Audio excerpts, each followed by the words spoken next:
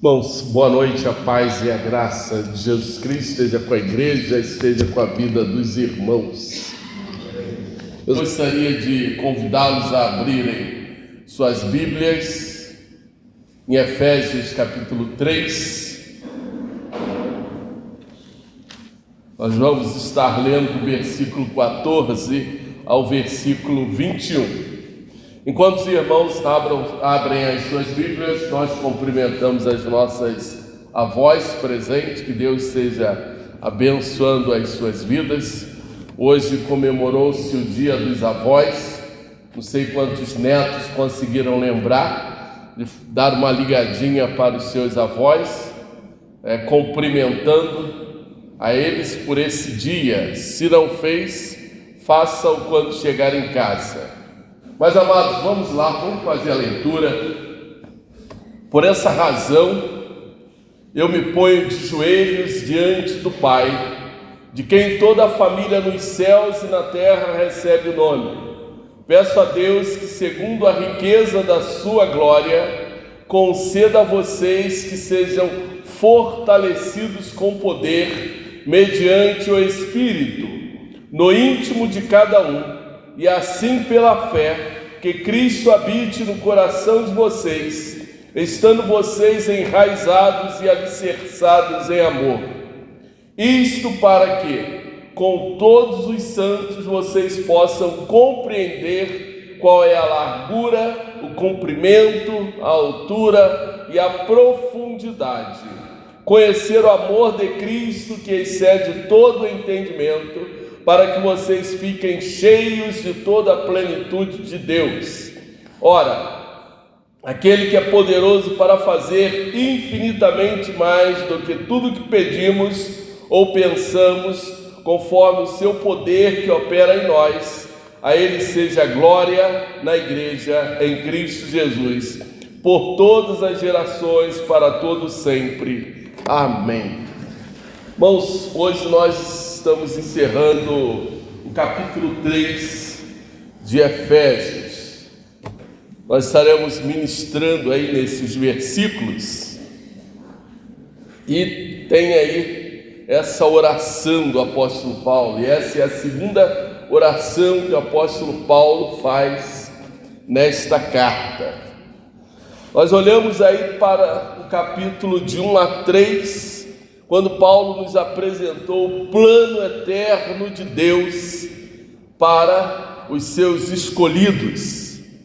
E agora Paulo encerra essa primeira parte da sua carta com uma oração. Ele encerra clamando por graça, misericórdia, mas clamando para que os cristãos pudessem compreender as bênçãos de Deus sobre as suas vidas. Paulo ora para que os cristãos experimentassem a graça, a bênção de Deus. Por isso, Paulo fecha aqui esse capítulo nos mostrando que Deus preparou aos homens bênçãos eternas por meio de Jesus Cristo.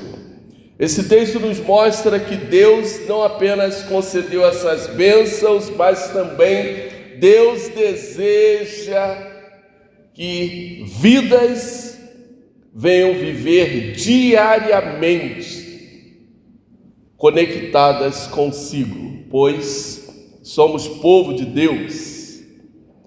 Devemos aprender que Deus nos fortalece espiritualmente, pois somos seu povo e precisamos experimentar toda a plenitude do amor de Deus por meio de Jesus Cristo, e assim possamos viver para a sua glória, pois Cristo nos fortalece como povo de Deus para vivermos de maneira plena na sua presença.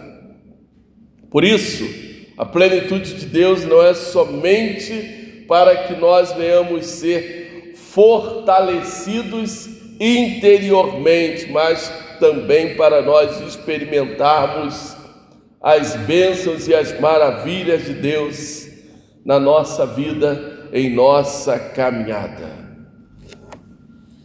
Paulo nos mostra, em primeiro lugar, o valor da oração de um líder espiritual. Paulo já havia conectado esta igreja com o seu ministério, e isso aí nós temos desde os primeiros versículos, quando Paulo mostrou as suas credenciais espirituais, e agora mais uma vez Paulo declara: por essa razão eu me ponho de joelhos diante do Pai, de quem toda a família nos céus e na terra recebe o nome. Paulo, ele traz para si próprio a responsabilidade espiritual sobre a igreja. E era muito comum a forma como se oravam na sua época, que era em pé. Mas Paulo, ele está mostrando uma atitude diferente pela igreja. Lá no capítulo 1, versículo 15, quando Paulo orou pela igreja, Paulo não mostrou nenhuma característica de como ele orou. Ele só disse que orou pela igreja, e ali ele descreve a oração que ele fez, a oração pelo povo de Deus. O propósito da primeira oração fosse para que o povo fosse iluminado nas verdades de Deus. Agora Paulo faz esta oração para enfatizar a revelação soberana da vontade de Deus aos homens, à igreja. Por isso Paulo declara que se coloca de joelho. A intenção de Paulo dizer que se colocou de joelho é demonstrando humilhação, humildade, dependência e reverência de Deus. Não que a oração de pé ou sentado não tenha essas características. É apenas uma atitude que Paulo está demonstrando, é a humildade, é a reverência, ele se humilhando porque ele depende totalmente de Deus. E isso nos leva também a lembrarmos do sacerdote quando ele entrava no Santo dos Santos. O sacerdote, ele não entrava no Santo dos Santos em pé. Ele tinha que entrar como que agachado ou encurvado por causa da glória de Deus. Já no Novo Testamento nós não temos mais a arca, era apenas o sacerdote entrava apenas para apresentar o incenso, como nós temos lá no livro de Lucas narrado, quando Zacarias, pai de João Batista, entra no templo para apresentar, colocar diante de Deus o incenso no seu turno como sacerdote. Mas lá no Velho Testamento, quando ainda tem a arca, tanto no templo quanto no tabernáculo, o sacerdote nunca entrava em pé. Mas os judeus passaram a fazer as suas orações em pé, não que isso fosse algum problema. Jesus Cristo recriminou apenas porque eles assumiam uma postura de arrogância diante de Deus. Mas Paulo está mostrando para aquela igreja um propósito maior. Nós precisamos entender, em primeiro lugar, o valor da oração. O valor da oração na nossa própria vida. Nós estamos vivendo uma época que o povo de Deus tem orado pouco. O povo de Deus não tem dado as devidas importância à oração.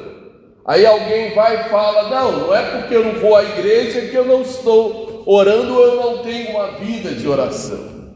Eu não estou entrando aqui no mérito, mas você precisa se perguntar quanto tempo você ora por dia. Quanto tempo você investe na sua vida espiritual diariamente? Porque não é só você estar ali com os olhos fechados, com a sua cabeça curvada, ou dentro do seu quarto, de joelhos dobrados, oração. Não! até mesmo quando você está lendo a palavra de Deus, você está se colocando na presença do Senhor. A oração precisa ter um significado maior em nossas vidas. A oração é um diálogo com Deus. O apóstolo Paulo, nesta oração, ele não está demonstrando nenhuma palavra difícil. Apenas ele escreveu os motivos por quais ele estava orando pela igreja. Era um coração buscando ao Senhor pela manifestação da tua graça, buscando ao Senhor por uma intercessão contínua do agir de Deus sobre a igreja. Paulo faz petições espirituais sobre a igreja. Nas cartas de Paulo, há várias orações que ele fez pela igreja, sempre focando no crescimento espiritual da igreja. E Paulo, clamando ao Pai por sabedoria e amor fraternal, ele adota aqui uma postura, uma atitude de clamor, de súplica intensa a Deus. Ali, quando ele escreve a Filipenses, capítulo 4, ele fala que todas as nossas petições precisam ser conhecidas por Deus. Não são as nossas necessidades pessoais, mas o nosso coração precisa ser conhecido por Deus. Às vezes nós nos conectamos com a ideia de que não, Deus conhece a minha necessidade, Ele sabe, eu não preciso ficar pedindo toda hora. Não, Deus quer que você peça toda hora. Deus quer que você insista. Deus quer que você dependa totalmente dEle. Lá em João 17, Jesus Cristo nos ensina o papel da intercessão, do clamor. A igreja precisa alcançar o coração de Deus por meio da oração. Eu sei que Deus vai continuar na sua soberania, com certeza. Há um exemplo bíblico que eu gosto de citar quando eu lembro questões de oração, é a oração do rei Ezequias, quando ele está enfermo. Deus manda o profeta Isaías ir avisar a Ezequias que para colocar a sua casa em ordem, porque a sua enfermidade era para a morte. Diz o texto bíblico que Ezequias virou para o lado e orou e clamou ao Senhor. Antes que Isaías chegasse na porta da cidade, o Senhor mandou que ele voltasse para dar a resposta a Ezequias. Nós não sabemos os propósitos, nós não sabemos os motivos, como Deus vai operar, mas nós precisamos orar. E eu oro pelos irmãos, pelo avivamento espiritual. Eu oro para que Deus traga sobre esta igreja um despertamento, um avivamento espiritual. Para que esta igreja saia dessa rotina que vem há anos e anos. Para que os irmãos possam viver a plenitude de Cristo, conforme diz aqui o nosso texto. Entender a revelação do amor de Deus sobre cada uma de suas vidas. Dos versículos 16 aos versículos 19, Paulo destaca aqui algumas frases bastante significativas.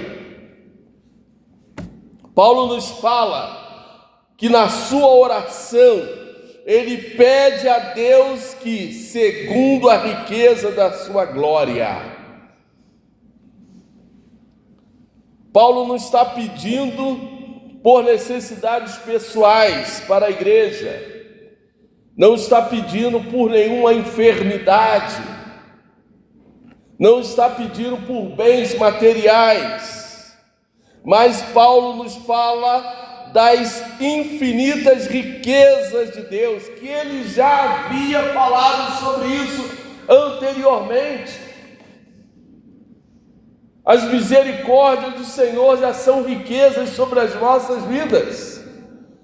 As bênçãos espirituais que Deus tem para cada um de nós já são riquezas para as nossas vidas. O cuidado de Deus já são riquezas para as nossas vidas. Peço a Deus que, segundo a riqueza da sua glória, conceda a vocês que sejam fortalecidos com poder mediante o seu Espírito. Paulo está pedindo fortalecimento espiritual, força física e a ação do Espírito Santo na vida da igreja. É por isso que eu estou falando, irmãos, nós precisamos orar para que a igreja dos nossos dias, nós estamos no século 21 e nós estamos atravessando um momento tenso na vida da igreja, onde o amor de muitos tem se esfriado. Ainda que nós sabemos que, conforme diz os textos bíblicos, que poucos herdarão o reino dos céus, mas ainda nós precisamos clamar para que esses poucos não estejam entre nós. Esses dias na escola bíblica nós falamos sobre isso. O evangelho tem crescido. As estatísticas dizem que até 2030 o número de evangélicos estará crescendo, estará se multiplicando, mas eu sempre pergunto: que evangélicos são esses? Quem são esses evangélicos? É por isso que nós precisamos clamar pelo despertamento, clamar para que o poder de Deus esteja sobre cada um de nós, fortalecidos com poder mediante o Espírito Santo. Poder que Paulo está aqui dizendo é dunamis, é o poder, é a ação de Deus. Jesus Cristo nos falou lá em Atos capítulo 2: e recebereis o poder ao descer sobre vós o Espírito Santo. E o que está acontecendo conosco, o que está acontecendo no seio da igreja? Precisamos orar, precisamos clamar pelo avivamento espiritual no seio da igreja, na vida dos irmãos. O apóstolo Paulo continua ainda aí nesses versículos de 16 a 19, que Cristo habite no coração de vocês, e assim pela fé que Cristo habite no coração de vocês. Entenda o que Paulo está falando. Paulo não estava dizendo que aquela igreja não tinha Jesus Cristo. Não é isso que Paulo está dizendo. Às vezes até pode parecer isso quando nós estamos lendo, mas a igreja tinha o Espírito Santo. Como Paulo está dizendo que Cristo habite na igreja? Parece uma redundância isso. Se a igreja tem o Espírito Santo, para que Paulo está orando para que Cristo habite no coração da igreja? Paulo queria declarar uma residência plena, uma ação plena de Deus na vida da igreja, algo verdadeiro, a igreja sendo totalmente governada pelo Espírito Santo de Deus. Há uma expressão do apóstolo Paulo que diz: não entristeçais o Espírito Santo. Algumas versões: não extingais o Espírito Santo. O Espírito Santo não vai deixar a vida daquele que já foi salvo, mas existe um esvaziamento. Não vai secar, mas vai estar bem pouquinho. E existem pessoas que a vida dele está tão vazia, mas tão vazia, que ele está só naquele filetezinho, está só naquela planinha, aquele pouquinho, porque ele já não sente mais prazer, ele já não sente mais o ardor, eles já não têm mais aquela experiência plena com Deus como foi lá no princípio. Eles deveriam retornar ao primeiro amor. E às vezes somos nós que permitimos que aquele primeiro ardor, quando nós aceitamos a Cristo como nosso Senhor, o nosso Salvador, com o passar dos anos, fosse se perdendo. Nós não temos mais, muitos já não têm mais prazer, já não tem mais aquele mesmo vigor de estar na comunhão da igreja. Meus amados, ore para que isso não aconteça contigo. E se estiver experimentando isso, ore para que Deus mude.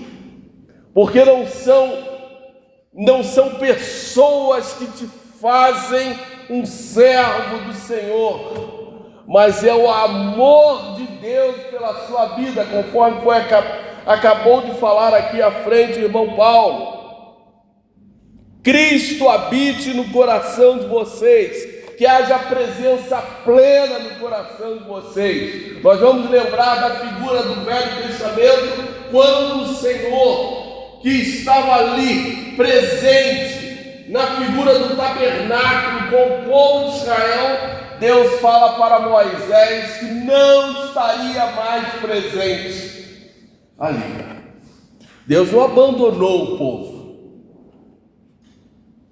Deus não abandonou o povo de Israel. Mas Deus falou que não estaria mais ali presente por causa do pecado do povo. E assim é conosco. O Espírito Santo não vai nos deixar, porque nós somos os escolhidos, nós fomos eleitos e batizados com o Espírito Santo quando aceitamos a Cristo como nosso Senhor e o nosso Salvador. Mas podemos nos esvaziar da presença de Deus, não secando, mas Ele pode não mais agir por nosso meio por causa das nossas ações e dos nossos pecados. Essa é a oração do apóstolo Paulo, a preocupação do apóstolo pela igreja. Ele continua ainda no versículo 17, para que Cristo habite no coração de vocês, estando vocês enraizados e alicerçados em amor. São duas palavras que nos mostram algo bem profundo. Primeiro, a raiz de uma árvore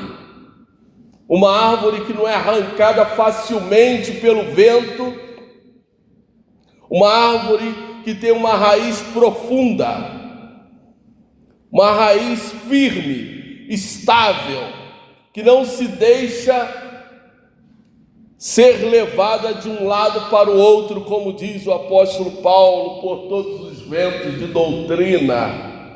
Paulo usa o exemplo de um edifício com alicerces firmes, enraizado, alicerçado. Um edifício que não tem terremoto que possa derrubá-lo. Paulo está nos ensinando que os nossos fundamentos doutrinários precisam ser firmes em Cristo Jesus. Nós não podemos ceder.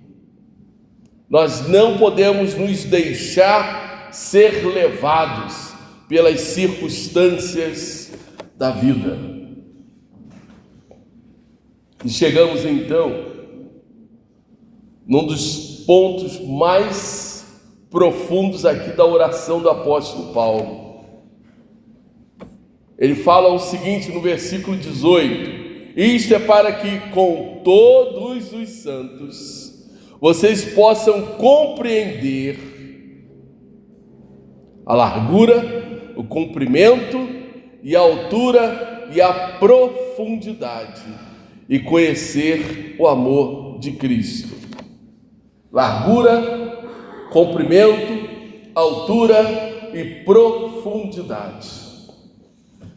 Paulo usa o exemplo das 4 dimensões do Evangelho. Paulo está nos mostrando o que o Evangelho deve causar na vida de uma pessoa, como o Evangelho deve operar no coração daquele que ouviu a palavra de Deus, creu em Jesus Cristo como seu Senhor e o seu Salvador. Paulo está falando da grandeza incomparável do amor de Deus, algo imensurável, algo que a nossa mente não consegue alcançar, que é transcendente, está muito acima da nossa compreensão. Paulo volta a falar do plano eterno de Deus, do mistério eterno de Deus. E agora Paulo está usando o exemplo da largura. Paulo está apontando a abrangência do amor de Deus, o amor que alcança todas as pessoas, todas as nações, tribos, povos e línguas.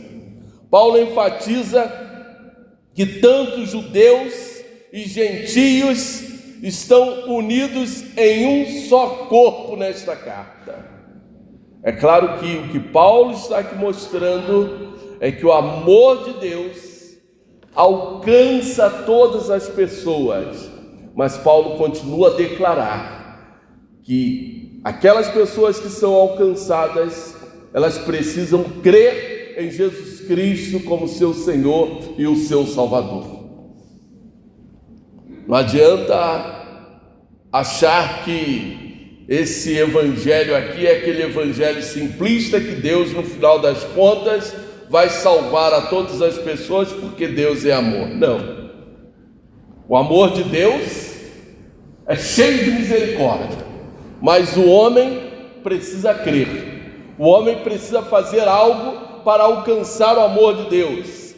E é por isso que eu tenho falado para os irmãos: é necessário nós aceitarmos a Cristo como nosso Senhor, nosso Salvador. É necessário nós fazermos uma entrega.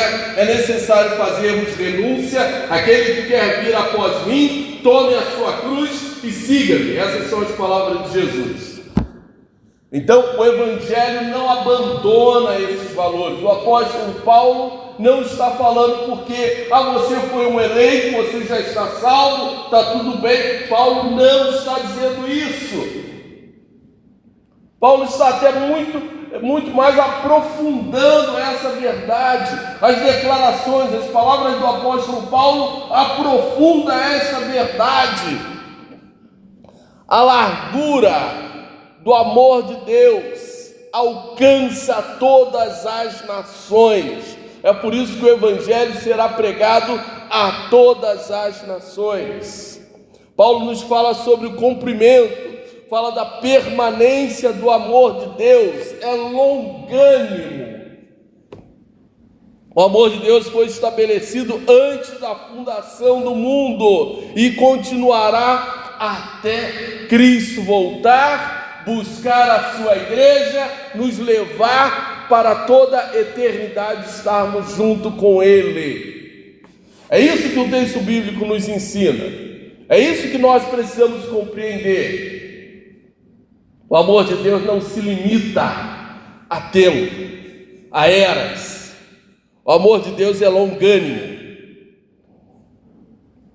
Paulo nos fala sobre a altura, que nos lembra o que Cristo conquistou por nós na cruz do Calvário.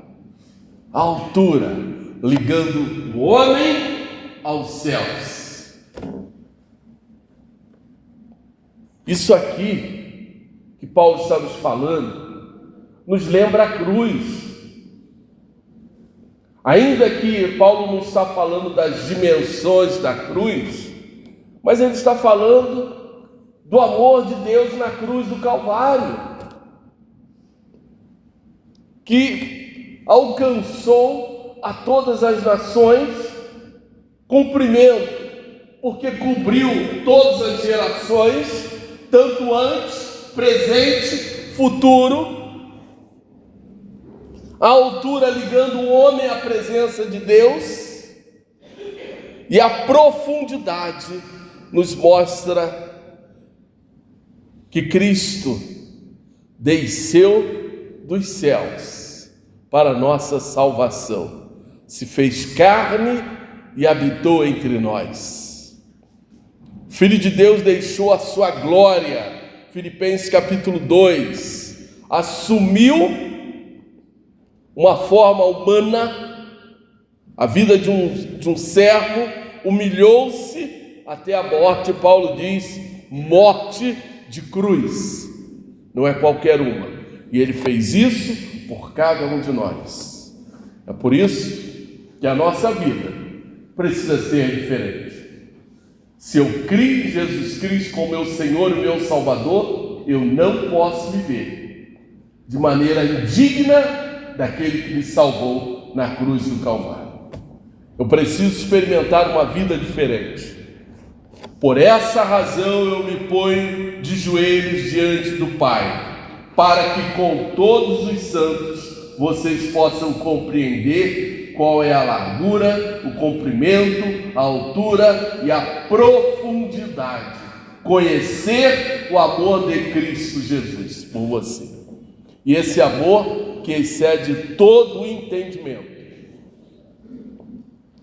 Nós não conseguimos compreender como isso aqui aconteceu. Semana passada nós falamos sobre isso. Nós só precisamos aceitar que um dia Cristo me amou com tal intensidade que morreu na cruz do Calvário pelos meus pecados.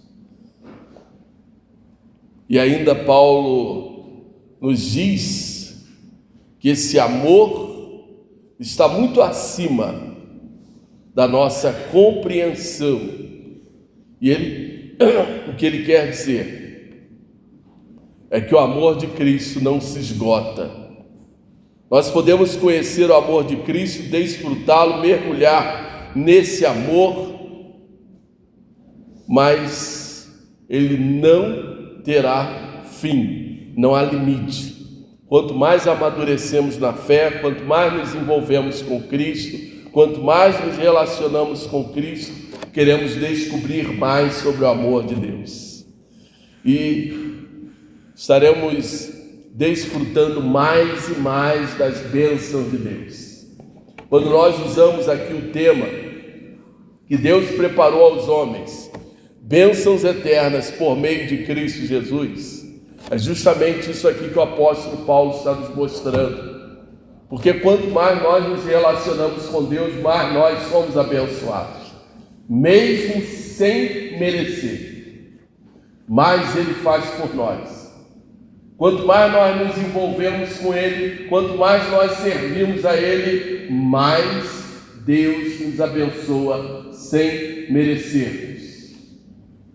Quanto mais somos solidários na obra, mais somos abençoados, sem merecer. Porque nós não estamos fazendo por barganha, nós não estamos fazendo por troca, apenas o Senhor nos abençoa, porque Ele é amor. Por isso, Paulo encerra aqui a sua oração, nos falando ainda sobre a plenitude, essa segunda parte falando sobre a plenitude de Deus. Paulo está nos mostrando que o amor de Deus que nós podemos experimentar é uma busca pela sua plenitude que nós nunca iremos alcançar. O que Paulo nos mostra é o seguinte: a expressão de Paulo significa que nós nos tornaremos cada vez mais semelhantes a Cristo Jesus. Será que é possível? Esse é o processo da santidade, esse é o processo da transformação, esse é o processo do caráter de Deus em nossas vidas e em nossos corações. Esse é o propósito da vida cristã. Não é apenas nós possuirmos a Cristo, mas é nos tornarmos cada vez mais semelhantes a Cristo. O apóstolo Paulo, em 1 Coríntios, capítulo 11, ele nos fala o seguinte: sede meus imitadores como eu sou de Cristo. Eu te pergunto, é possível você imitar Cristo? Esse é o processo da vida cristã. Que a cada dia nós vamos nos esforçando, a cada dia nós vamos buscando nos tornar mais semelhantes. É o processo da transformação, é o processo da santificação. Ainda que essa santificação esteja tão longe, mas é o processo, é aquilo que o Espírito Santo quer fazer em nós. E não há outro caminho para nós alcançarmos isso sem nós nos humilharmos, nos submetermos ao Espírito Santo de Deus, sem nós reconhecermos que precisamos depender de Deus em nossas vidas dia após dia. Não há meio para nós nos tornarmos semelhantes a Cristo. E aí Paulo nos ensina lá em Gálatas capítulo 5 como nós podemos alcançar isso, quando Paulo nos fala de uma vida no Espírito e uma vida na carne. Romanos capítulo 8, Paulo faz a mesma comparação, uma vida no Espírito e uma vida na carne. Paulo está apenas nos dando dicas espirituais, que nós precisamos seguir essas dicas. Quanto mais nós cedermos aos desejos da carne, menos estaremos perto de Cristo. É por isso que lá no Velho Testamento o sacerdote tinha que fazer tantos e tantos processos de purificação. E ele ainda não estava perfeito, não, porque os sacrifícios não eram perfeitos. Os sacerdotes ainda precisavam de muita coisa, mas ainda assim eles tinham que passar por aqueles processos de purificação. Terceiro ponto do nosso texto, da oração do apóstolo Paulo, nos fala sobre algo que é muito maior daquilo que pedimos e pensamos que Deus quer nos dar. Versículos 20 ao 21, Paulo diz assim: ora, aquele que é poderoso para fazer infinitamente mais do que tudo que pedimos ou pensamos, conforme o seu poder que opera em nós, a ele seja a glória na igreja em Cristo Jesus, por todas as gerações, para todo sempre. Paulo então encerra esta oração exaltando o poder de Deus. Deus que tem poder para fazer o que pedimos, muito mais do que pedimos, fazer tudo o que nós pensamos e muito mais além do nosso pensamento, porque não sabemos orar como convém. Por isso que Deus nos leva e nos dá além. Quando nós oramos, quando estamos saindo de casa e pedimos apenas que Deus nos guarde na ida, nos guarde na volta, Deus vai nos guardar de coisas até mesmo que nós não podíamos imaginar que iria acontecer. É isso que o texto está nos falando. Às vezes nós estamos pedindo uma bênção material, Deus vai fazer conosco algo que talvez nós não tenhamos pedido daquela forma. Deus vai nos dar muito mais além, e nós não sabemos agradecer, nós não sabemos retribuir. Nós não somos gratos a Deus de forma correta, de forma adequada. Nós sempre limitamos, porque o nosso coração se endurece quando precisamos agradecer a Deus. Deus está nos abençoando, abrindo portas, Deus está operando a sua graça, as suas maravilhas, o seu cuidado sobre cada um de nós, mas ainda assim não sabemos louvar, não sabemos retribuir ao Senhor, a Ele toda a honra, toda a glória, todo o poder. Ele que é poderoso, tem poder soberania para fazer infinitamente mais além do que você imagina, de tudo aquilo que você pede a Deus, além dos seus pensamentos, porque o seu poder, a ação do Espírito Santo opera em você. Lá em Romanos capítulo 8, versículo 26, Paulo diz que o Espírito Santo intercede por nós com gemidos inexprimíveis, porque não sabemos orar como convém. Não sabemos pedir aquilo que nos é necessário, mas é o Espírito Santo que intercede por nós. Por isso, se nós não tivermos o poder de Deus operando em nós jamais alcançaremos aquilo que é propósito de Deus para as nossas vidas. E Paulo então encerra declarando que para o Senhor seja toda a honra, toda a glória na igreja e em Cristo. A honra e a glória operem na igreja e em Cristo por todas as gerações. Não era só para a igreja de Éfeso, mas é por todas as gerações. Por isso chega até nós. Por essa razão eu me ponho de joelho diante do Pai, para que a igreja experimente um avivamento espiritual.